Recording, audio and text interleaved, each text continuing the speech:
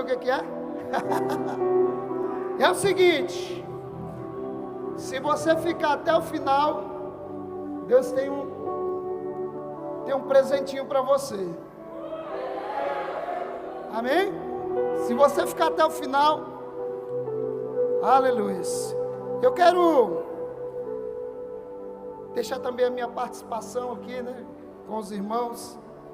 Eu sou de um tempo que a gente ia para o forró, irmão, e a gente ia na sexta-feira e esquecia de voltar para casa. Aí eu chegava segunda-feira de manhã. A minha mãe falava: menino, onde é que você estava? Estava passeando, 3 dias passeando. E na igreja, né, a gente fica assim: ai meu Deus, mais um, já teve um monte de pregação, né? Mas quando a gente era do forró, hein, da Deepos Dance, eu sou do tempo da Deepos Dance, da Savage, né, da Metrópolis, não vou nem entrar em detalhes. A gente vinha só para você saber, eu vinha do bairro Ulisses Guimarães com um vale transporte no bolso. E o meu vale transporte não era para me voltar 11h30 da noite, porque 11h30 estava começando, né? Então eu vinha com vale, ficava a noite toda e pegava o primeiro balão para viajar para o bairro Ulisses Guimarães. Era uma viagem naquele tempo, né? E quando eu aceitei Jesus, eu entrei logo num grupo. Eu vou usar uma expressão aqui que a gente usa de vez em quando. Eu entrei num grupo de crente que gostava de chapar no espírito. Só gente louca, graças a Deus. Quando eu olho para trás, se não fosse aqueles caras malucos, talvez eu nem estaria aqui, né? Aleluia. Eu vou ler um texto em Levítico capítulo 6, verso de número 8 ao 13.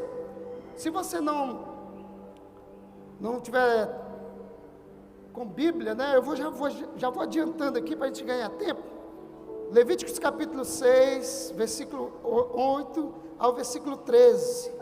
Diz assim: falou mais o Senhor a Moisés, dizendo: dá ordem a Arão e seus filhos, dizendo: esta é a lei do holocausto.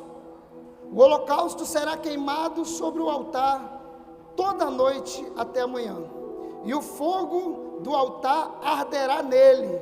Versículo 10: e o sacerdote vestirá a sua veste de linho, e vestirá as calças de linho sobre a sua carne, e levantará a cinza, quando o fogo houver consumido o holocausto sobre o altar, e a porá junto ao altar. Versículo 11: depois despirar as suas vestes, e vestirá outras vestes, e levará a cinza fora do arraial para um lugar limpo. Versículo 12: o fogo que está sobre o altar arderá nele, não se apagará, mas o sacerdote acenderá lenha nele cada manhã, e sobre ele porá em ordem o holocausto, e sobre ele queimará a gordura das ofertas pacíficas.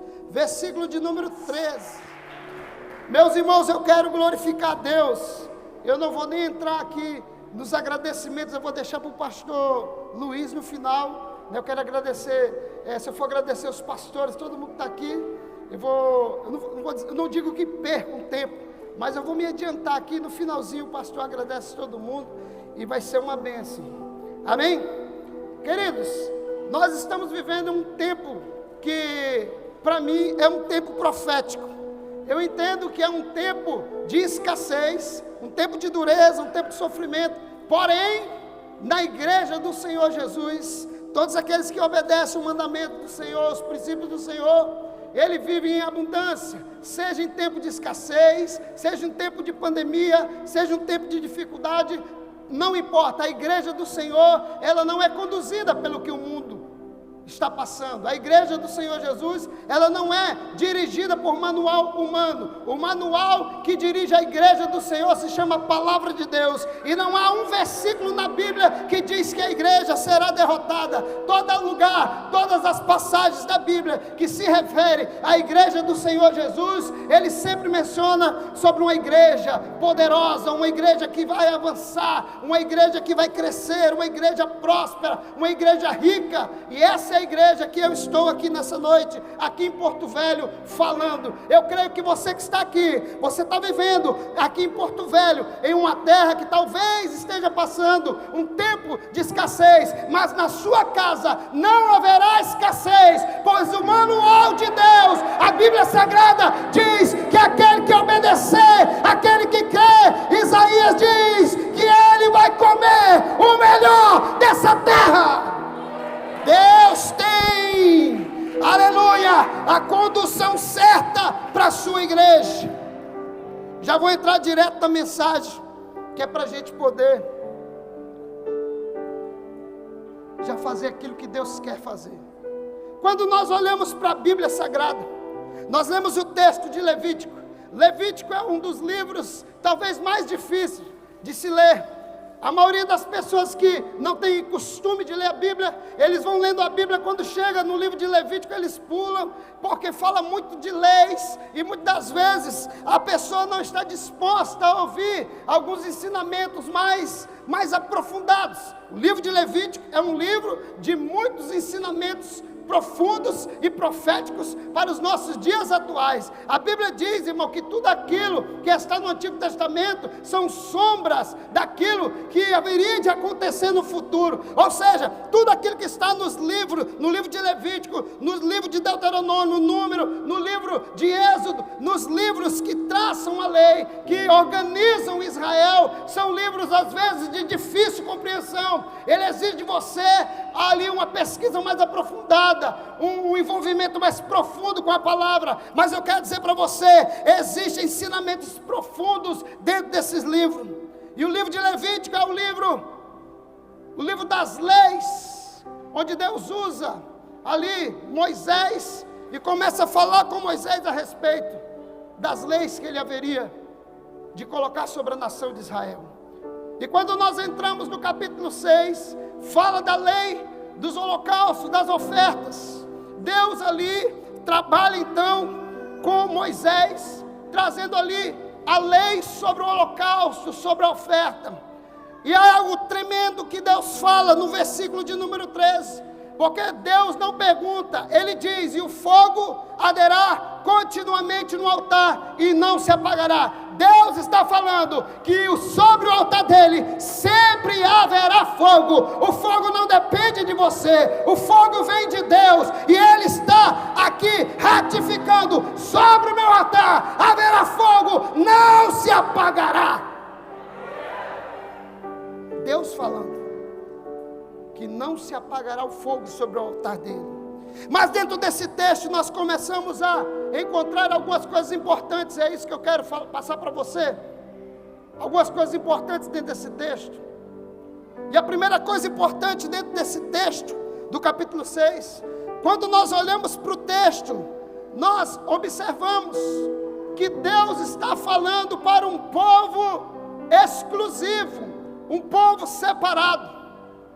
Já foi dito aqui várias vezes, eu acho que desde ontem já se falaram aqui da tribo de Levi, mas eu não posso deixar de falar novamente. Quando Deus agora organiza as suas 12 tribos, nós olhamos para uma tribo chamada tribo de Levi. Essa tribo agora ela não tem herança, é uma tribo que não contém aquilo que as outras tribos receberam, terras, animais e muitas coisas, eles tinham, mas era tudo voltado para o serviço da casa do Senhor. Então, Levi era o povo separado para adoração, era o povo separado para consagração. Levi era o povo separado para apresentar os sacrifícios. Quando nós olhamos para o Antigo Testamento, nós vamos ver a tribo de Levi ali postada nos templos, ali no tabernáculo, era a tribo que levantava a adoração, era a tribo que oferecia a Deus os sacrifícios. Era uma tribo exclusiva, separada, para uso exclusivo do Senhor. Quando nós olhamos em Deuteronômio, capítulo de número 10, versículo de número 9, a Bíblia diz assim: pelo que Levi não tem parte em herança com seus irmãos, o Senhor é a sua herança, como o Senhor teu Deus lhe é prometido. Deus diz: olha, Levi, talvez Levi, a tribo de Levi, quando começa agora andar no deserto, quando ela começa a avançar, eles começam a fazer os planos. A tribo de Rubem já começa a fazer os seus planos. Olha, quando a gente chegar lá, eu vou falar com Moisés, eu vou conversar lá com os sacerdotes, e nós vamos organizar, a gente vai fazer ali uma fazenda grande, e nós vamos plantar, porque a terra é boa. E a outra tribo, Naftali, também se organiza e começa a conversar, e eles vão dormir ali no meio do arraial, começam a falar dos seus sonhos. Mas a tribo de Levi, ela só tem um sonho. Diga assim: qual sonho, pastor? O único sonho da tribo de Levi é servir cada dia melhor ao Senhor, é servir cada dia melhor ao arraial, porque os levitas não serviam apenas a Deus, eles serviam também aos irmãos. Quando nós olhamos para a tribo de Levi, nós olhamos a linhagem sacerdotal, e você sabe que a função do sacerdote principal era fazer a ligação do homem com Deus. Quando os homens pecavam, as lamúrias, os pecados, as iniquidades de Israel, eles se achegavam até os levitas e apresentavam ali as suas ofertas, os seus sacrifícios, e a tribo de Levi introduzia o sacrifício, a oferta das outras tribos diante de Deus. Então eu quero dizer para você que ainda hoje a tribo de Levi está viva, e eu posso dizer, mais viva do que nunca, porque a tribo de Levi hoje é representada pela igreja do Senhor Jesus. Eu repeti mais uma vez, porque eu acho que você não escutou. Eu quero repetir: a igreja hoje é a tribo de Levi, porque é aquela que carrega a presença, a glória, é aquela que faz sacrifício, é aquela que arde em adoração, é aquela que oferece os sacrifícios. A igreja é a tribo de Levi. A nossa geração tem confundido o que é evangelho. As pessoas têm procurado o evangelho por causa de problemas, por causa de dificuldades. Eu até acho que quando você vem para a igreja, Deus soluciona uma porção de problemas na sua vida, de dificuldades. Mas essa não é a função número um. A função número um da igreja do Senhor é como a tribo de Levi, é servir a Deus, é adorar, é representar a pessoa de Cristo aqui na terra. Quando eu olho para a Bíblia Sagrada, lá no livro de 1 Pedro, no capítulo de número 2, versículo de número 5 e versículo de número 9, a Bíblia diz assim, ó: vós também, como pedras vivas, sois edificados, casa espiritual, sacerdócio santo, para oferecerdes sacrifícios espirituais e agradáveis a Deus, por Jesus Cristo. Versículo 9: mas vós sois a geração eleita, o sacerdócio real, a nação santa, o povo adquirido, para que anuncieis as virtudes daquele que vos chamou das trevas para a maravilhosa luz. Cadê a geração sacerdotal? Onde está a geração sacerdotal aqui? Onde estão aqueles? Aleluia! Nós somos a geração. A primeira coisa que esse texto nos mostra é que existe uma geração sacerdotal. E Deus está falando no texto com a geração sacerdotal. Diga: Deus está falando profeticamente comigo. Sacerdócio real. Olha para o irmão que está do teu lado e diga assim: você é sacerdócio santo. Você está aqui para oferecer sacrifícios vivos ao Senhor. A primeira coisa então que nós aprendemos, que nós precisamos entender quem nós somos. Tem muita gente que anda por aí e acha que ele é qualquer coisa. Você já viu aquela pessoa que não sabe quem é? Então ela anda de qualquer jeito. Ela acha que ela é qualquer um. Mas irmão, você é a geração que Deus separou para representar Ele aqui nessa terra. Eu sempre brinco com o pessoal, né? Que nós somos da Zona Leste. Mas muita gente mora na Zona Leste, lá, não tem a noção de quem Ele é. Eu estou pregando aqui, falando da palavra de Deus, que ele não é só o filho da Dona Maria. Ele não é só o filho do Pedrinho, do seu João, não. Ele é um sacerdote de Deus nessa terra. E o sacerdote é representante de Deus. Às vezes eu fico pensando, quantas pessoas não têm noção e entendimento de quem eles são nessa terra. Jesus morreu, derramou seu sangue no madeiro, para batizar uma igreja que seria representante dele nessa terra. Foi Jesus que te levantou, foi Jesus que te comissionou, foi Jesus que marcou você como sacerdote real. Nós temos uma função. Então a primeira coisa que eu aprendo é isso. A segunda coisa que nós aprendemos, que Deus fala nesse texto, e Ele dá uma ordem. Ele diz: olha, o sacerdote removerá as cinzas. Você já parou para meditar nisso? Cinza produz fogo, sim ou não? Cinza não produz fogo. Eu me lembro quando eu cheguei aqui em Rondônia. Eu cheguei em Rondônia, a gente fala pré-adolescente. E eu fui morar no interior do sítio.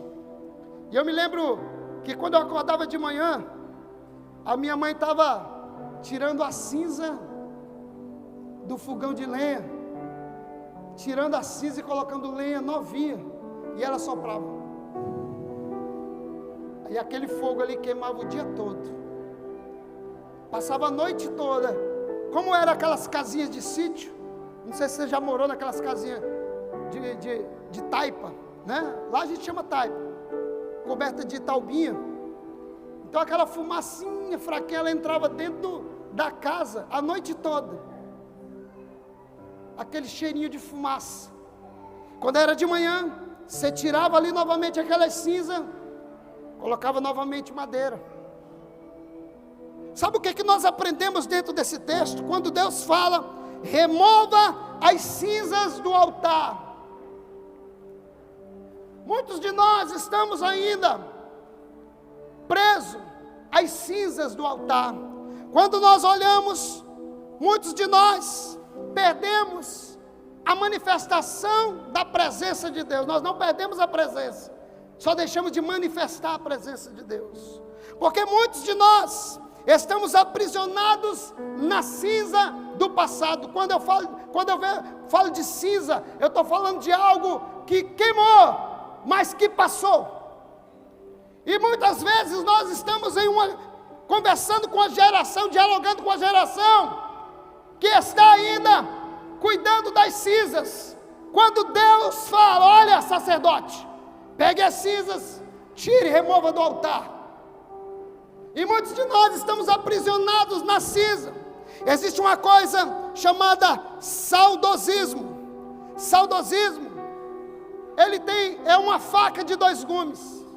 Porque existem situações que nos geram saudades, que nos alimentam para algo melhor, para avançarmos. Mas existem coisas que nós temos lembrança, mas que são coisas que nos aprisionam. que não nos deixam avançar.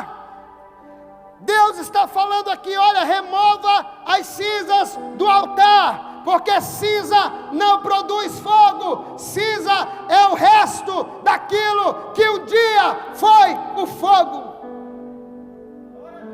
Olhamos para a nossa geração. Fico feliz quando eu vejo uma geração de jovens que está queimando no Senhor. Eu fico muito feliz porque eu sou jovem também, irmão. O quê? Sou jovem. Lá da AMA não parece, mas da AMA eu pareço o mais novo. Eu sei disso. O óculos me dá aí uns 10 anos a mais, mas eu sou novo. Eu ouvi falar que eu sou o mais bonito da AMA. Pastora Juliana que me falou. Não é verdade, meu filho? Mas eu fico feliz quando eu vejo uma geração queimando no Senhor. Em contrapartida, nós olhamos para o outro lado e vemos uma geração saudosista, aprisionados na glória do passado. É fácil identificar alguém que está preso nas cinzas. É aquela pessoa, quando você para conversar com ela, ela fala assim, olha, antigamente, olha a frase, antigamente, olha rapaz, pastor Luiz eu pregava demais. Olha, antigamente, você precisa ver, eu pregava muito, eu pregava na rua, eu pregava na praça, eu pregava na escola, eu pregava demais, só as cinzas, e agora? Agora, está olhando para as cinzas. O saudosista é aquele que olha e diz assim, no meu tempo é que tinha fogo de Deus. Você precisa ver, no meu tempo a glória de Deus se manifestava. Olha, no meu tempo o poder de Deus caía. E muita gente está presa no saudosismo, onde Deus fala, sacerdote, remova as cinzas, e pegue as cinzas e jogue fora, porque as cinzas falam do passado, fala de um fogo que não existe mais. E eu quero dizer para você nessa noite, geração santa, sacerdócio real, Deus está dizendo para você, remova as cinzas do altar. É tempo de tirarmos as cinzas. A minha célula era uma benção. Pastor, você precisa ver, pastor. A minha célula dava 60 pessoas. A minha célula dava 25 pessoas. E hoje? Hoje só tem cinza, pastor. Pastor, olha, a minha igreja. E hoje eu nem pastoreio mais. Pastor, eu vou falar para o senhor. Olha, quando eu fazia obra evangelística nas ruas de Porto Velho, pastor, eu ganhava muita alma.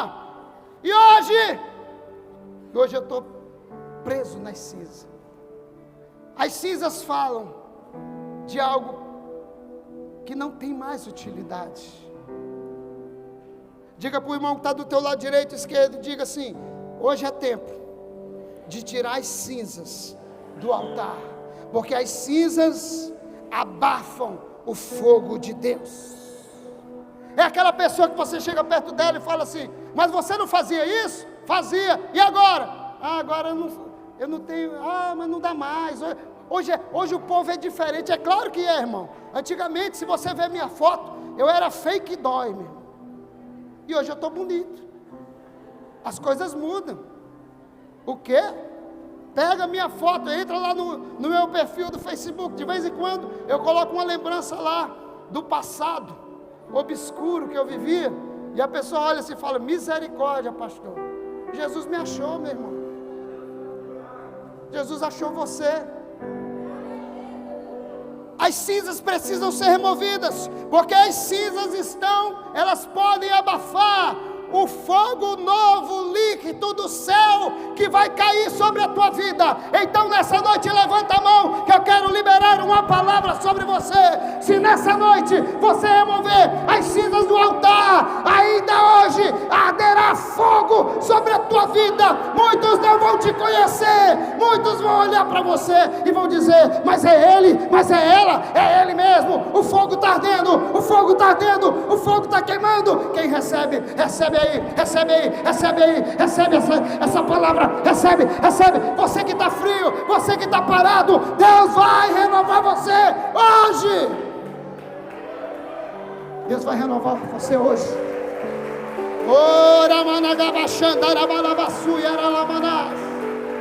Deus vai renovar você hoje. Tira as cinzas. As cinzas falam de algo que queimou, mas não existe mais. Eu já falei para você. Eu quero contar um testemunho rápido. Muitos aqui me conhecem, alguns não me conhecem, mas aqueles que me conhecem sabem um pouco da minha história.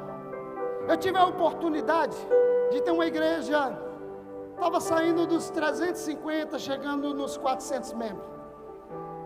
Em questão de um ano, eu voltei para 60 pessoas. Aquilo doía na alma. Todo mundo que sentava comigo, eu falava assim: rapaz, lembra da nossa igreja?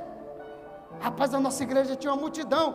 O culto de domingo, uma vez eu cheguei na igreja, quando eu dobrei a esquina, eu olhei um monte de gente do lado de fora, eu falei: meu Deus, roubaram a igreja. Roubaram a igreja. Quando eu cheguei, encostei o carro, perguntei: irmão, o que está acontecendo? Ele: pastor, não cabe mais ninguém não, o povo está do lado de fora. E de repente você começa um novo ano, e em vez de você avançar, você termina o ano com 60 pessoas. E aí onde você vai, você fica com aquele saudosismo. Nós tínhamos uma igreja com tantas pessoas, nós tínhamos uma arrecadação X, e você fica preso naquelas cinzas.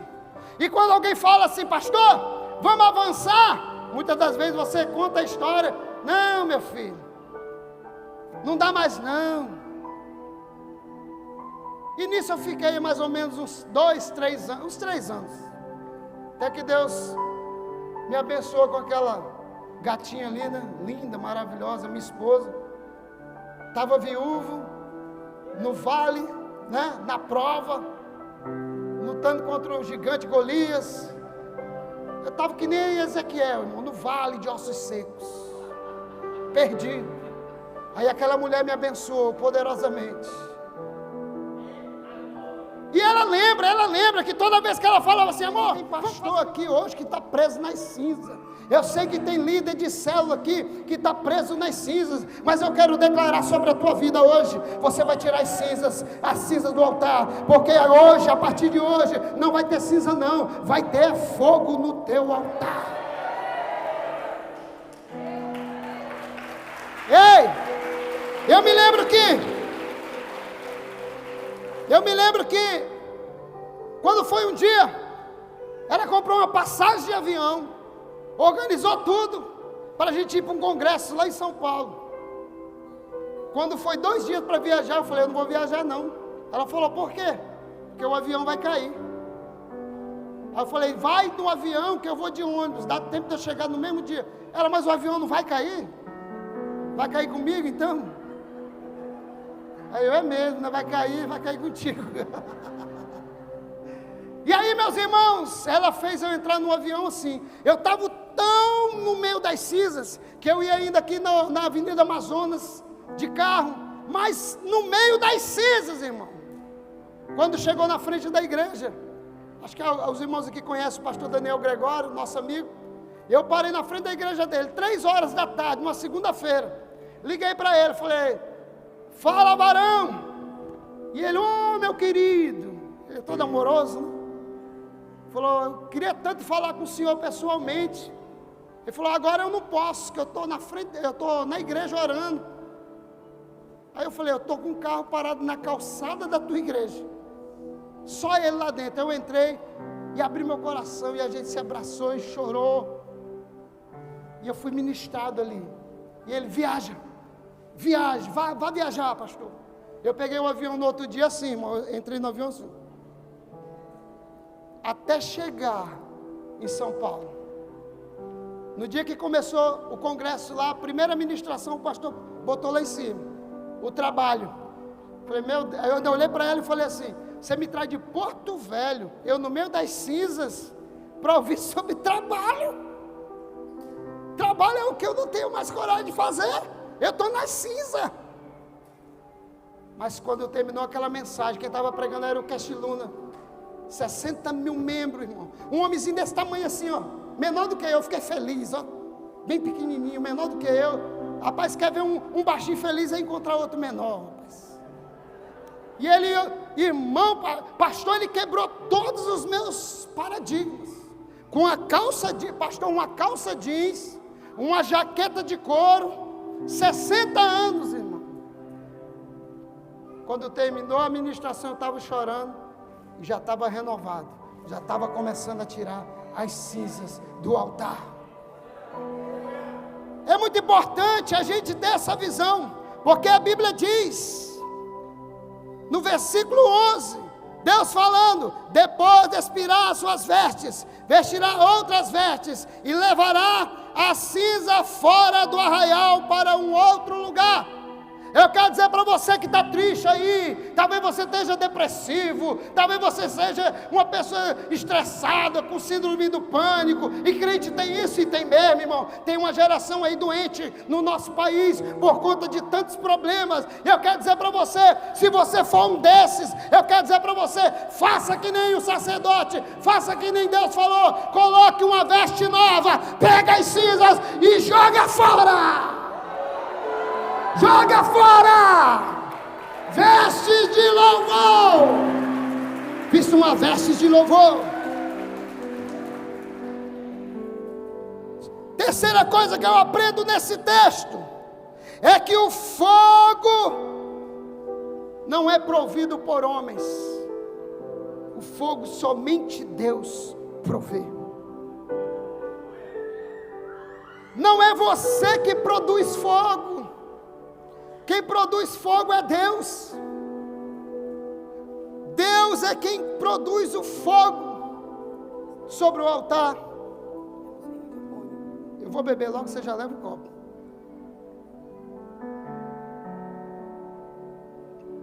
Obrigado.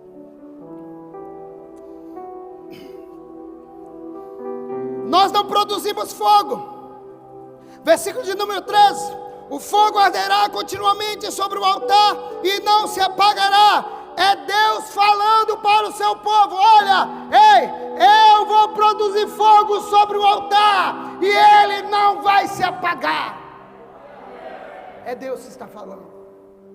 A única vez onde a Bíblia menciona que tentaram produzir fogo, a Bíblia chama de fogo estranho. Ei, não produza fogo estranho. A Bíblia diz lá em Levítico 10, versículo 1 e 2: e os filhos de Arão, Nadab e Abiú, tomaram cada um o seu incensário e puseram neles fogo e colocaram incenso sobre ele e ofereceram fogo estranho perante o Senhor, o que não lhes ordenara. Então saiu fogo de diante do Senhor e os consumiu, e morreram perante o Senhor. Somente Deus pode produzir fogo. O homem não produz fogo. Eu não posso produzir fogo sobre a sua vida. Eu posso até tentar conduzir você até perto do fogo, mas eu não posso produzir fogo. Nós precisamos conhecermos o nosso Deus. Precisamos ensinar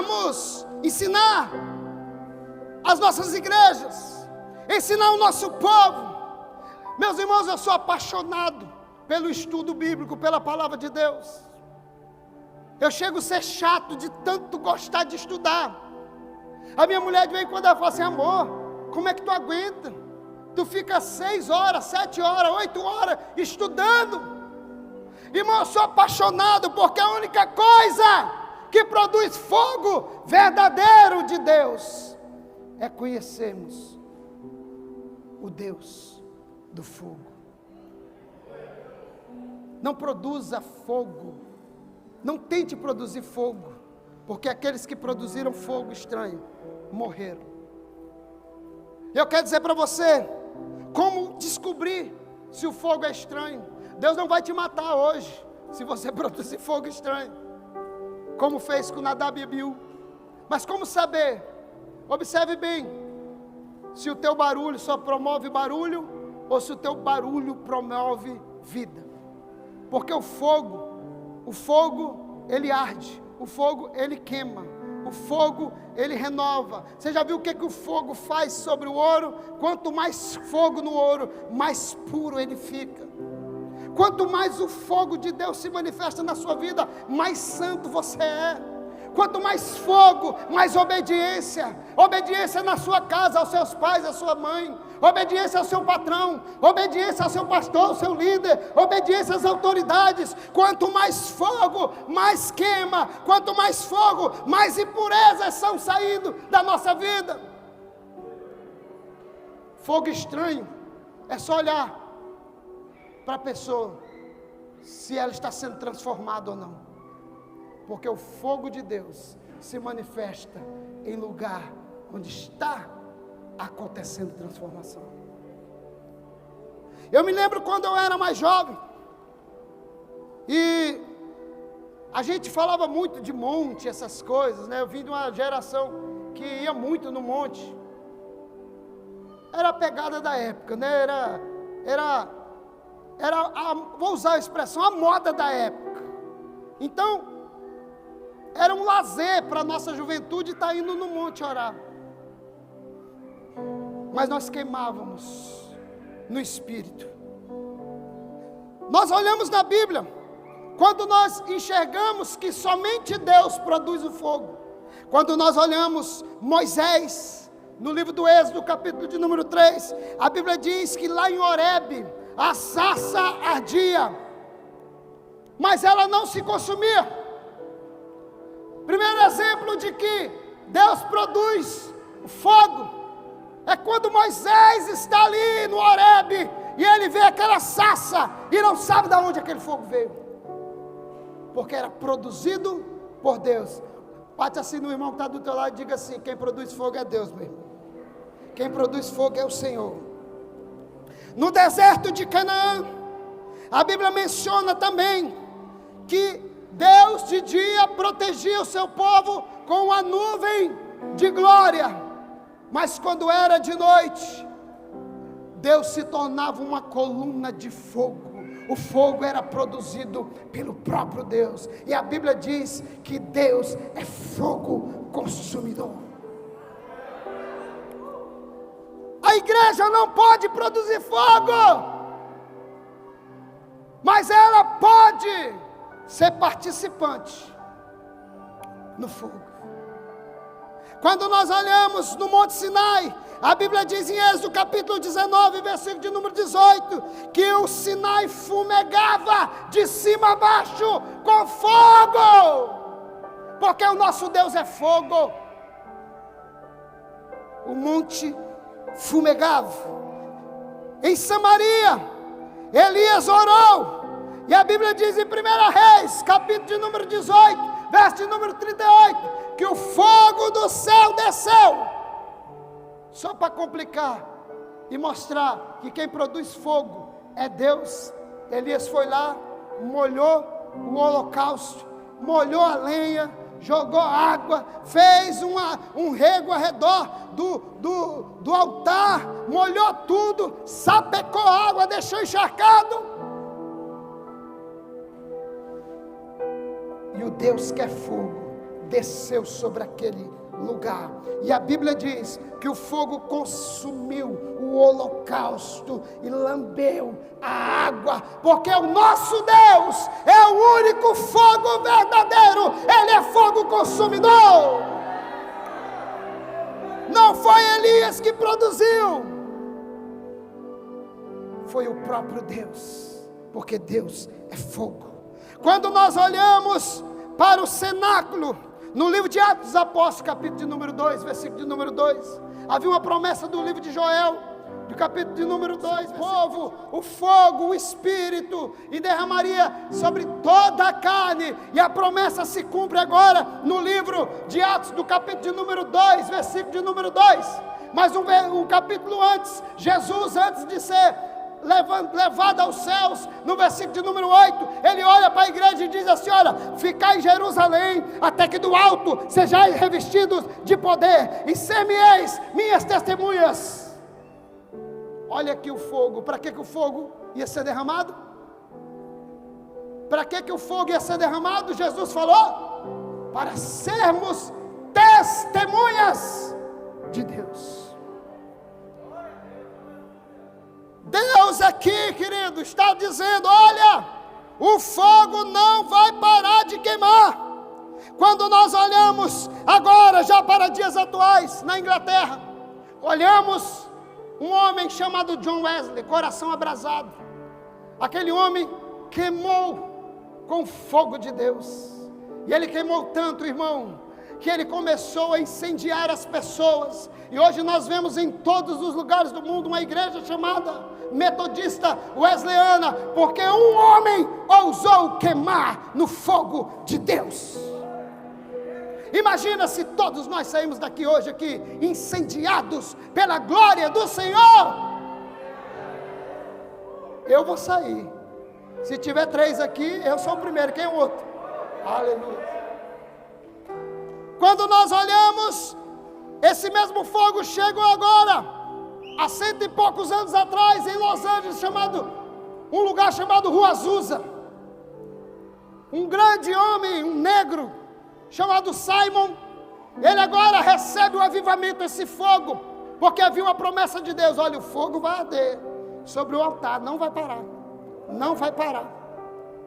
Esse homem agora, cheio do Espírito Santo, é impactado, ele começa a pregar, ele começa agora a ministrar com fogo, com unção. De repente passa 2 homens ali naquela região, Daniel Berg e Gunavini, os missionários que fundaram a Assembleia de Deus lá em Belém, no Pará. 2 suecos. Eles agora recebem o batismo do Espírito Santo e vão para Belém. Lá eles chegam e começam a ministrar o fogo de Deus, o batismo do Espírito Santo. De repente começa a incendiar as pessoas começam a espalhar o fogo sobre a nação brasileira. E esse fogo chega agora, no ano 2000. Ano 2000, mês de setembro. O mesmo fogo que ardeu no altar de Levítico e veio ardendo durante as gerações, chega aqui, no bairro Jardim Santana. Quem conhece o bairro Jardim Santana? Eita Deus, olha aí. Do lado ali, Lagoa Azul, não existia o bairro Lagoa Azul, nem o Cristal, era só mata. Um menino agora, que decide agora conhecer o fogo de Deus. E eu me lembro que terminava o culto e eu ficava na frente da igreja. Vocês vão para onde? Vocês vão para onde? E uns falavam: nós vamos comer cachorro quente. O outro falava assim: não, nós vamos comer pizza. E eu: mas ninguém vai para a oração, não? Não, nós terminou o culto, nós vamos para a oração, moço. E eu: não, mas ninguém vai orar hoje, não. Até que um dia um irmão, não tem aqueles mais, que ninguém dá moral para ele. Ele falou: irmão Neilson, vamos lá no monte comigo hoje? Eu: rapaz, o que é monte? Eu nunca tinha ido no monte. Quando eu cheguei lá, rapaz, eram uns 5 quilômetros dentro da mata. E eu com medo, irmão, meu Deus do céu, para onde esse homem vai me levar? Dentro do mato. Quando eu chego lá, 3 crentes, irmão. Um casal da Deus é Amor, de velhinho, e um irmão assembleando daquele que pula. E eu, batistão, irmão. Pensa num batistão. E eu olhava aquilo, e eles davam rajada de língua estranha. Parece que, meu irmão, é lindo demais o fogo de Deus. Aí um dia eu perguntei para o irmão, eu também quero esse negócio aí, ó. Ele pede para Deus que Deus vai te batizar. Ele me ensinou, eu fiquei 15 dias jejuando. E eu marquei o dia que Deus ia me batizar. Olha, eu marquei, que ousadia, hein? Naquela friagem de Porto Velho, eu lá dentro da mata, falei, hoje Deus vai me batizar. Cheguei lá, nada aconteceu. Esqueci aquilo de batismo. Quando passou mais ou menos umas 2 semanas, do nada eu decidi ir no monte. Peguei a minha bicicletinha, daquela com gato no pedal. Eu andava na prova, irmão. Na prova. Está entendendo? Ela tinha um gato no pedal e ainda tinha um negócio que a gente fala manchão. Quando a gente está na prova, irmão, a gente chama manchão. Quando a gente não está nem com condições de arrumar o pneu da bicicleta. Então ela fazia assim, ó. Miau, miau, miau. Lá vai eu, irmão. Quando eu chego lá no monte, está o casal da Deus é Amor, o irmãozinho. O irmão estava no manto, irmão. E ele rodava e eu, lá no canto, hoje eu vou ser batizado. Batistão, pedindo para o batismo. E o irmão falava assim, dá glória. Aí eu, glória. Ele dá mais glória, eu, glória. Ele busca mais, eu, aonde? Isso era meia-noite, 1h da manhã. Quando eu dei por mim, irmão, 6 e pouco da manhã, o irmãozinho, vamos embora, senão você vai ficar sozinho no mato. Aí eu, que hora é? 6 horas, você ficou chapado a noite todinha. Irmão, e eu montei naquela bicicleta, desesperado, eu desci ali pela reunião, e vim desesperado, eita glória, cantando aqueles louvores do Mato Nascimento, aqueles antigos, quem é antigo lembra daquele louvor, cantando, eu passei na frente da casa da minha mãe, entrei, quando eu cheguei lá todo sujo de terra, ela falou assim, que é isso menino, eu fui batizado do Espírito Santo, cheio de barro. Irmão, para resumir essa história, comecei uma equipe, porque um doido sempre convence outro doido a andar com ele, né? Aí um monte de doido da ama e convenceram a gente a andar junto. Meu irmão, sei que da nossa equipe hoje são 4 pastores, dos 5, 4 são pastores. Sabe por quê? Porque o fogo continuou queimando. E aquele fogo que queimou lá do Jardim Santana é o mesmo fogo que está aqui dentro da El Shaddai nessa noite, para te queimar, para te encher, para te batizar. Aleluia! E eu termino aqui com a última lição que eu tiro desse texto. Primeira lição: eu preciso saber quem eu sou sacerdote. Segunda lição que eu aprendo nesse texto é que eu preciso remover as cinzas. A terceira lição, que Deus é quem provém o fogo. E a última lição, a lenha é a minha responsabilidade. Sabe, queridos, nós precisamos ter estoque de lenha na nossa casa. Quem tiver, se você tiver a oportunidade de fazer uma casa, tiver condições de fazer uma casa, e se você for fazer 3 quartos, um para cada um dos seus filhos, faça o quarto, que é para Jesus, é o quarto de onde você entra para queimar. Nós temos que sair desse princípio, desse pensamento, de que nós oramos e somos cheios só na igreja. Não, o fogo começa a arder lá no quarto, quando você entra no seu quarto e em secreto você busca o seu Deus. Você precisa produzir a lenha, você precisa jogar a lenha no fogo. Levíticos 6:12, o fogo que está sobre o altar arderá nele, não se apagará, mas o sacerdote acenderá a lenha nele cada manhã, e sobre ele porá em ordem o holocausto, e sobre ele queimará a gordura das ofertas. A lenha é nossa, a lenha é a nossa adoração, a lenha são as nossas orações, a lenha é a nossa paixão.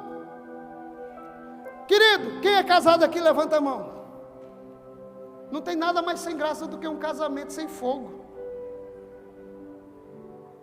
onde a paixão acabou. É sem graça. Quem já beijou um chuchu? Você já beijou um chuchu? Que gosto tem? Tem marido que está beijando a mulher que nem está beijando o chuchu. Não tem mais paixão, não tem mais fogo. Lembra quando você casou, que você chegava do teu trabalho, e a tua mulher, quando você chegava perto da mulher, você encostava nela, irmão. Era fogo, unção, aquela unção que só casado entende. Fogo, paixão. Lembra de quando você veio do encontro? Você entrou pela porta. Eita, uma nova criatura sou. E você, quando vai dar o testemunho, você pega o microfone do pastor, você não quer nem deixar o pastor pegar de volta. Aí a gente até olha e fala, esse aí vai pregar. Daqui a pouco, o irmão que chegou e sentou aqui na frente, está sentado lá atrás. Eu não estou dizendo que os que estão atrás estão. Daqui a pouco ele está na porta. Daqui a pouco ele está lá fora. Sem paixão. Quantas mulheres estão aqui e querem um marido sem paixão? Diga amém. Mas vocês não querem um marido sem paixão, não? Quantos homens estão aqui e querem uma mulher sem paixão? Diga amém. Vocês não gostam de mulher sem paixão, não, né? E por que Jesus merece um discípulo sem paixão? Ei, quando começa a falar de Jesus, você já tem que começar a arder, irmão. Já tem que começar a arder. Quando começar o louvor da igreja, você já tem que começar a arder. Quando começar a mover, você já tem que começar a arder. Quando começar a célula, o teu coração tem que arder fogo. Ele derrama. E a minha pergunta para me orar, a pergunta que eu faço para você nessa noite: ainda tem lenha para queimar? Ainda tem lenha para queimar? Porque a lenha é sua, o fogo é dele. Traz a lenha para o altar e você vai ver o fogo cair agora. Pode vir, quem tem lenha traz. Quem tem lenha traz. Traz lenha, que o fogo é dele. Traz lenha, que o fogo é dele. Traz lenha, que o fogo é dele. Aleluia. Quem tem lenha traz. Oh, aleluia.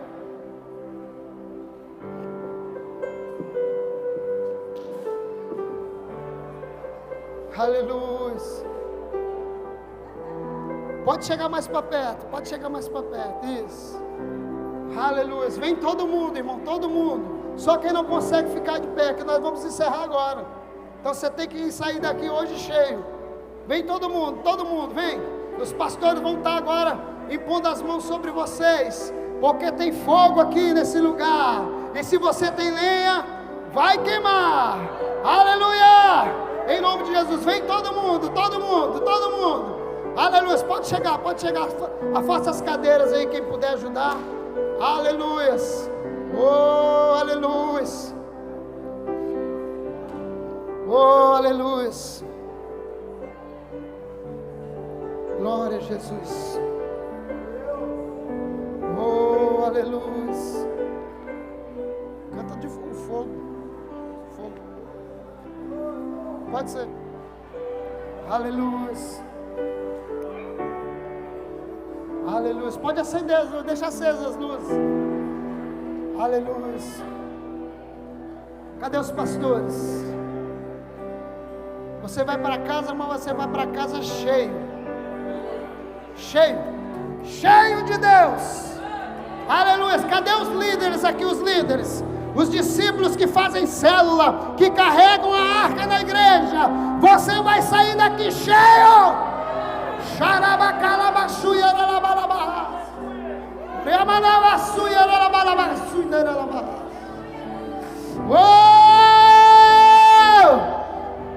Quem tem linha, começa a jogar. Começa a jogar lenha.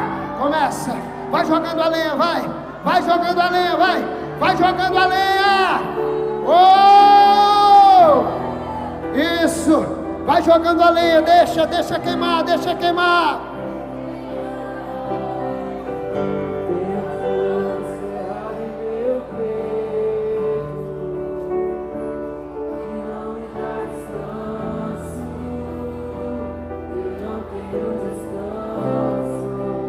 Aleluias. Isso, começa a pedir, pede a Deus o fogo, a unção. Aleluias. Você que quer queimar, começa a jogar lenha no altar. Começa a jogar lenha, lenha, lenha, lenha, lenha.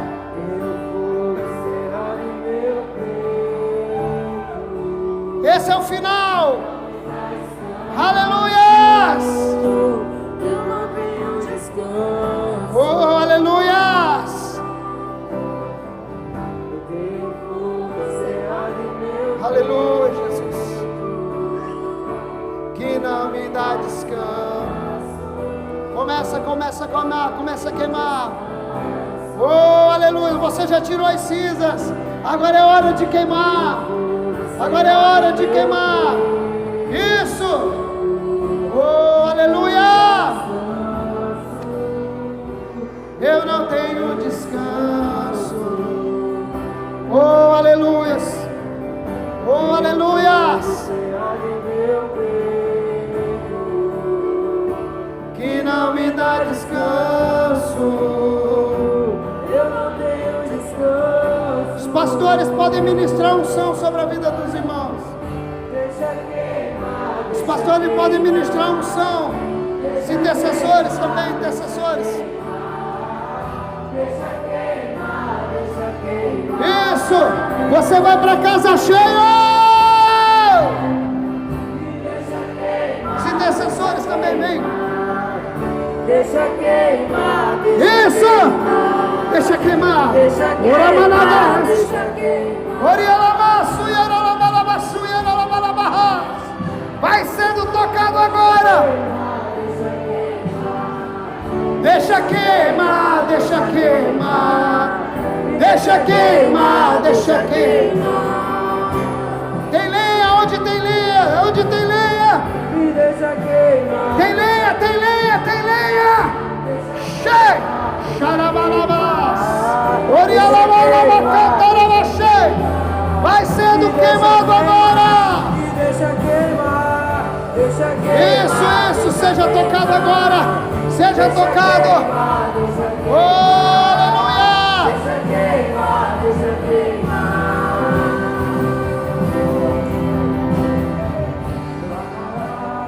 Oh, aleluia.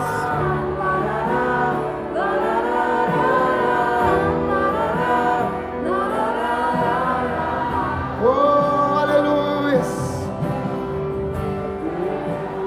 Oh, aleluia. Levante assim as suas duas mãos. Pai, onde tiver lenha agora, em nome de Jesus, eu quero te pedir, Senhor. Pai, eu quero te pedir um sinal com fogo.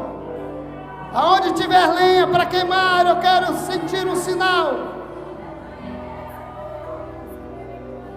Eu quero um sinal de fogo. Olha aí, já tem gente queimando. Troca a música, bota uma música mais agitada. Já tem fogo queimando. Pai, em nome de Jesus, eu quero um sinal. Aonde tiver lenha, meu Deus, vem com teu fogo agora. Onde tiver lenha, vem com teu fogo agora. Vem com teu fogo. Dá um sinal, dá um sinal.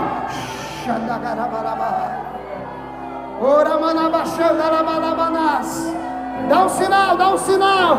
Dá um sinal. Isso! Oh! Dá um sinal! Olha aí, queima, queima, queima. Manda ele tocar lá. Arregaça lá, arregaça. Desce tua glória. Vem cá. Olha aí, olha aí. Onde tem lenha, tem fogo. Onde tem lenha, tem fogo. Onde tem lenha, tem fogo. Cheira, balaba, canta, lava, cheira. fogo, onde tem lenha tem fogo. Já! Vem, vem, vem, vem, vem! Vem com teu fogo, vem com teu fogo, vem com teu fogo, vem com teu fogo, vem com teu fogo. Oh, aleluia!